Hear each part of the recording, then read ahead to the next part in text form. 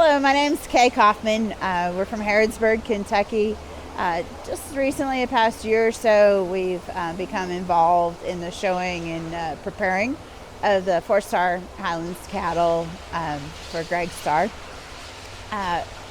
We have a background in actually a mix of conventional cattle in terms of Angus and limousines, as well as Belty Galloways. So we always have a special place in our heart for cattle that are maybe out of the norm, but we appreciate what they bring to the table.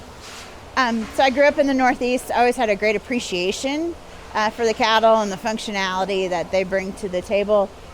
Greg actually had Belty Galloways, and it still has a few elite ones left. And that's how we got to know him, was through that. He's always been vested in those genetics. Tried to build that cow herd, did build that cow herd based on really good cows, just like he has in the Highland deal. So when it was time for those cattle to be exhibited by somebody else, it was a natural fit. I think that applies to any breed. Cattle are built from the foundation, from the ground up. Cattle need to be functional. They need to be reproductively efficient. They need to convert really well in terms of feed inputs.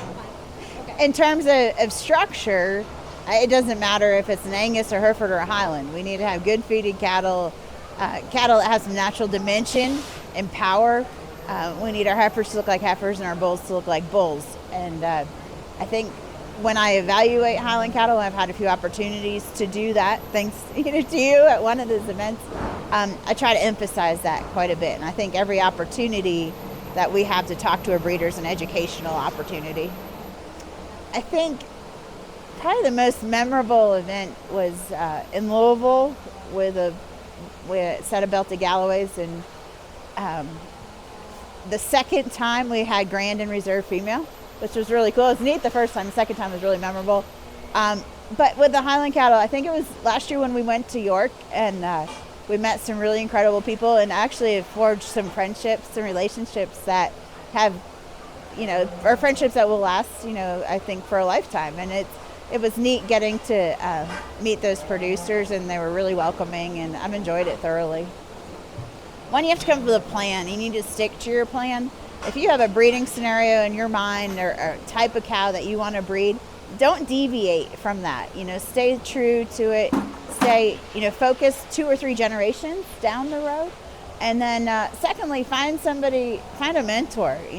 I'm always asking people in this breed. Admittedly, we're still learning about the genetics and so forth of these breeds, but you have to be able to identify people that are knowledgeable and people that are willing to help. If people are really dedicated to their breed, they're going to help you with any question that you have. If people aren't willing to help you, then you can question their actual passion and their dedication to their breed. I think even through the mistakes we've learned, so it doesn't matter what breed it is. Sometimes we've searched for outliers, and that never seems to go well. If you just stick to the fundamentals, breed cattle that are fairly fault-free, and keep shooting for that ideal, I think you're going to be successful. I think looking back from Denver's in the past, the depth of quality is substantial, and there's good ones in every string, and you can find them. And I think the breeders have done a really nice job trying to take the breed to the next level. And I think the level of exhibition and presentation has come a long ways just from walking through the barns, 2 or 3 years ago.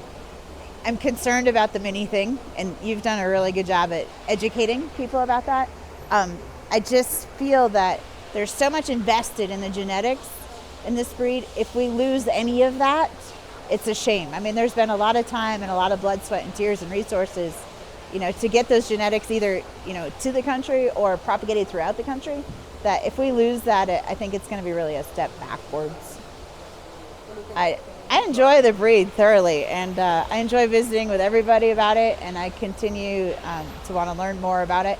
And it's been a great pleasure, and I just look forward to the future.